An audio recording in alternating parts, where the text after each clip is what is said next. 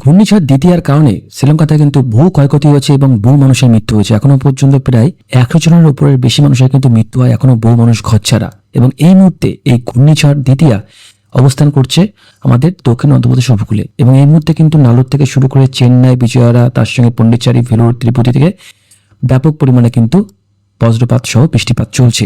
এবং তার সঙ্গে এদিকে আমাদের বাংলা কিন্তু এই মুহূর্তে পরিষ্কার রয়েছে, এবং এই মুহূর্তে কিন্তু আমাদের বঙ্গের থেকে অনেকটা দূরেই এই ঘূর্ণিবর্তটি কিন্তু অবস্থান করছে। এবং আমাদের বঙ্গে যদি এই মুহূর্তে আমরা দেখি, তাহলে এই মুহূর্তে কিন্তু আমাদের বঙ্গ পুরোপুরি পরিষ্কার রয়েছে, কোথাও কিন্তু কোনো রকম বৃষ্টিপাত হচ্ছে না।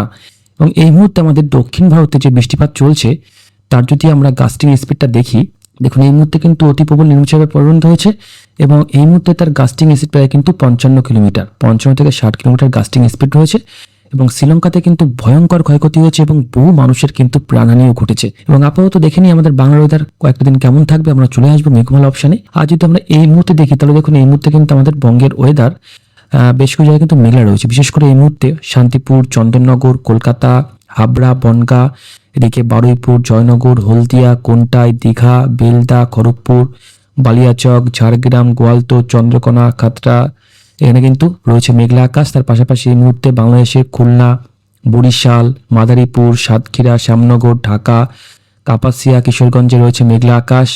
মেঘের পরিমাণটা একটু বেশি রয়েছে বাংলাদেশের সেনবাগ, তার সঙ্গে মানিকছড়ি, ফটিকছড়ি উপজেলা, চট্টগ্রাম এখানে।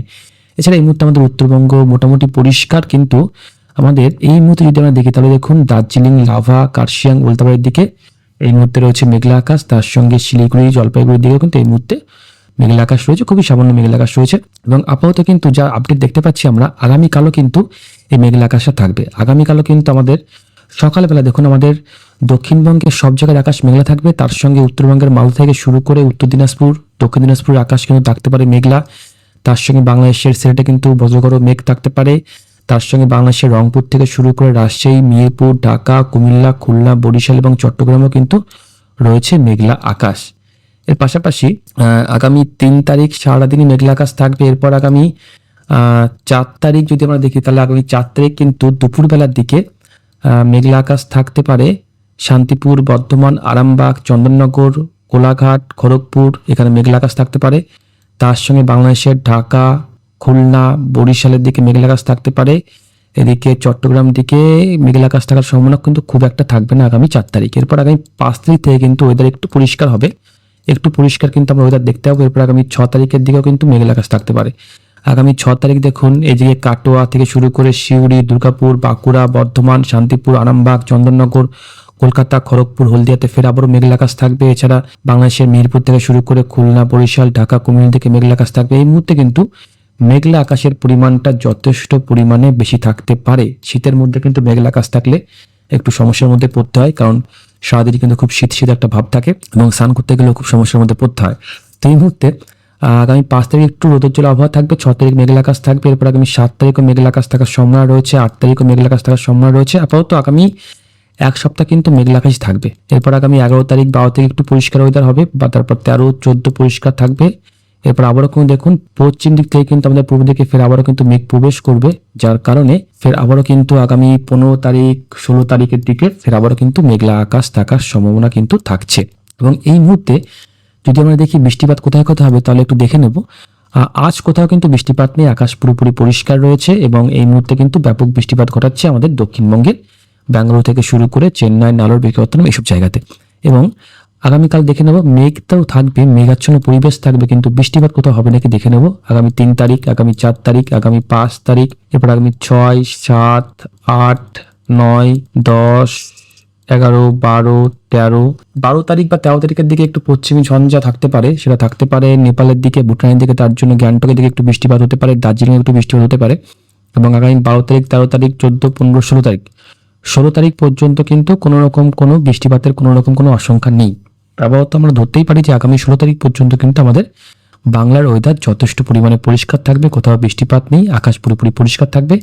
এবং এদিকে তাপমাত্রা কিন্তু হু করে কমছে। তাপমাত্রা যদি আমরা দেখি এই মুহূর্তে, তাহলে এই মুহূর্তে আমাদের বঙ্গের তাপমাত্রা কলকাতায় রয়েছে 28 ডিগ্রি, খড়গপুর রয়েছে 27 ডিগ্রি, এদিকে পুরুলিয়া রয়েছে 25, বাঁকুড়া 26, বর্ধমান 27, দুর্গাপুর 27, মালদা রয়েছে 25, উত্তর দিনাজপুর দক্ষিণ দিনাজপুর রয়েছে 24 থেকে 25-এর মধ্যে, শিলিগুড়ি 24, কোচবিহার রয়েছে 24, গ্যাংটক 15, দার্জিলিং রয়েছে 16। এবং এদিকে বাংলাদেশের রংপুর রয়েছে নাকি 24, এবং এদিকে বাংলাদেশের রংপুর রয়েছে 24, রাজশাহী মিরপুর রয়েছে 25 থেকে 26-এর মধ্যে, ময়মনসিংহ 24, সিলেট 25, ঢাকা 27, কুমিল্লা 25, খুলনা 26, বরিশাল 25 এবং চট্টগ্রাম দিকে কিন্তু রয়েছে 25 থেকে 26-এর মধ্যে, এবং ত্রিপুরার দিকে 25 থেকে 26-এর মধ্যে কিন্তু তাপমাত্রা এই মুহূর্তে ঘোরাফেরা করছে।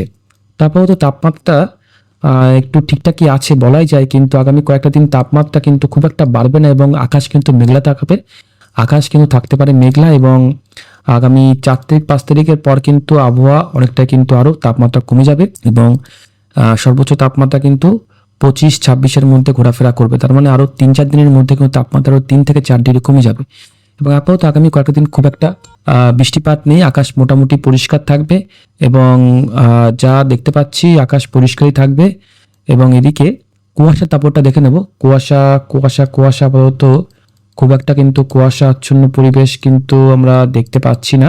আকাশ মোটামুটি পরিষ্কার, কুয়াশা কিন্তু খুব একটা নেই। হ্যাঁ, বাংলাদেশের পূর্ব দিকটাতে একটু কুয়াশা থাকবে, এবং বাংলাদেশে পশ্চিম দিকে কুয়াশা থাকবে, এবং এদিকে আমাদের উত্তরবঙ্গে শিলিগুড়ি কোচবিহারের দিকে একটু কুয়াশা আচ্ছন্ন পরিবেশ থাকবে।